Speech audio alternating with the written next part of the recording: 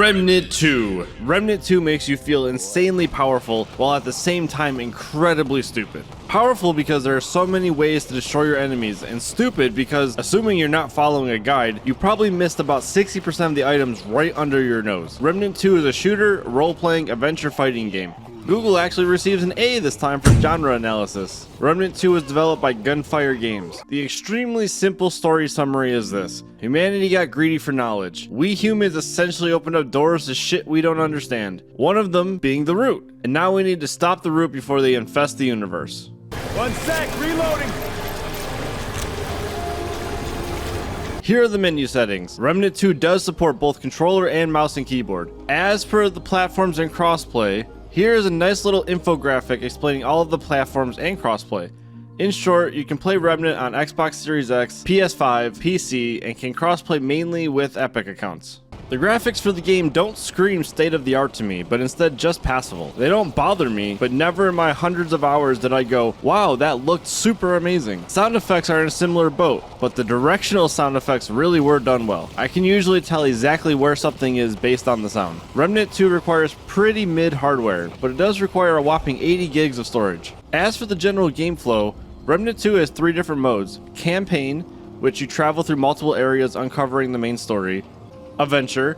Think of these as D&D one-shot campaigns where you roll a single area and play through it. And Boss Rush, where you go rounds and rounds of just killing mobs, killing a boss, killing mobs, killing a boss. Someone clip that and make that into a song. All of these modes are meant to be replayed many times. As each time you reroll campaign or adventure mode, you'll be presented with many different scenarios. Obviously, there is still a limit to the combinations, but even so, there's enough content in the game that it will not get stale for quite some time. I want to go into how the game roughly does its procedurally generated worlds, as I think understanding this one thing is probably what explains most of the game. When you re-roll a campaign or adventure mode, you get tossed into 1 or 2 main storylines. Within these stories, you will be faced with 2 required dungeons and 4 to 5 optional dungeons, out of a pool of roughly 12 or so. I think it's 10 to 12, I'm not 100% sure. Each dungeon can have bosses, events, aberrations, or puzzles. On top of that, there's not only specific loot to these bosses and events, but there's also random loot that can spawn. With this knowledge, you can see how the game has a ton of replayability. Now on to the mechanics. Starting from your character screen, you have 2 classes called archetypes, 4 pieces of armor, 4 rings, 1 amulet, 1 primary weapon called a long gun, 1 secondary gun called a handgun, a melee weapon, and a relic. For reference, I think I have like 150 rings, so there's a ton of items to find. Each archetype gives you 3 usable skills, which you can choose 1 to be active. You have also these 4 perks that are automatically applied, and 1 trait that is automatically applied. The archetype in your main slot also benefits from something called a prime perk, just giving you something special for choosing that as your main archetype. On top of all that, your character also unlocks traits by doing certain events in the game. You can unlock a total of 85 trait points to spend throughout the game by finding trait books. Each book gives you 1 trait point to spend. There is a prism and fragment system where you spend experience to level a prism. By feeding the prism fragments, you can influence what the prism can earn when you level it up. For example, if I feed it this health fragment, it has a better chance to have health as a roll when you level it up.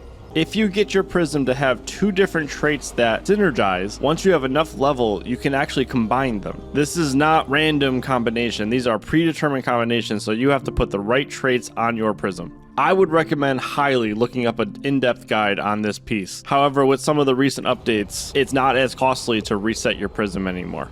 The game also has consumables, which can do things from heal to give you a buff that lasts 60 minutes. You also have quest items where you can unlock more stuff, and materials that you can use to upgrade your equipment. Coming back to your equipment, your weapons also have these special things. Let's look at a long gun. Long guns and handguns can both benefit from a mod. Think of a mod as a weapon skill, and a mutator. Think of a mutator as a stat boosting thing usually. Your melee weapon can only benefit from a mutator. In Remnant 2, you also have a map that helps you explore areas. These red crystals are checkpoints. Large crystals can be fast traveled to and from, and you'll also find these small crystals which can only be fast traveled from. There are 3 main places with base storylines and DLC storylines. There are 4 difficulties, Survivor, Veteran, Nightmare, and Apocalypse. To put a lot of what I just said on the HUD, you can use relics, usually for some sort of support. You have 1 to 4 consumable quick slots, your 2 active skills, your mods for each gun, and your active buffs. Something to note, you can only shoot by aiming, as shooting without aiming will result in you doing a melee attack. And just a heads up, your melee also has a charge attack. As for enemy variety, you have normal mobs, you have elite mobs that spawn usually with some sort of sound indicator, you have mini bosses, and you have main story bosses. Remember that the main story bosses can usually have multiple ways to kill them for special loot.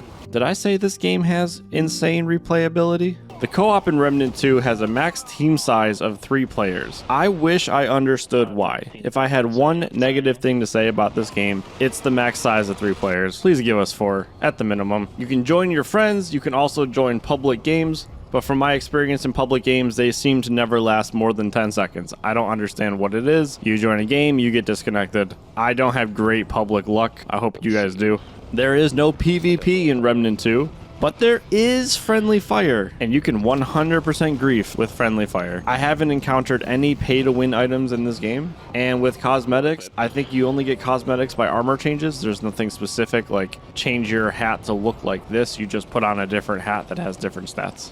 Some cool, not cool. Starting with the not cool. Remnant, for the love of God, give us just a search feature. In some of the recent DLC updates, they did give us a filter for rings and equipment, where you can use these quick filters to kind of go through your 150 rings or so. Just give us a search bar so we can search by name or filter.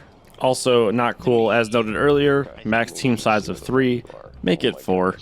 And with the timing of this video, I had one more not cool with how long it takes the prism to gain experience. But in the recent update, they seem to have lowered that requirement by about 50%, which I haven't played with yet, but that should feel much better. On to the cool. As you've heard me say multiple times in this video, the developers are still making updates. They're making updates that the community wants, like the prism experience requirement and the filters. I know I just complained about the filters, but the filters are new. You used to have to do them in alphabetical order and just scroll. So the filter is definitely a step in the right direction, so thank you, devs. The simple recap. Remnant 2 is a great RPG looter shooter that is a ton of fun playing co-op. That's it. That's the whole recap. There's a ton of secrets to find, there's a ton of builds to try out, there's a ton of weapons to try out, there's a ton of things to do, there's a ton of storylines, there's a ton of branching paths. It's a good game. On our patented 0 to 1 scale, we give Remnant 2 a 0.91 out of 1. Remnant 2's replayability is insane, and the level of care and detail the developers have for this game is amazing. If you like this no bullshit review video, please like, share, and subscribe. And as always, please remember to change out your water filter.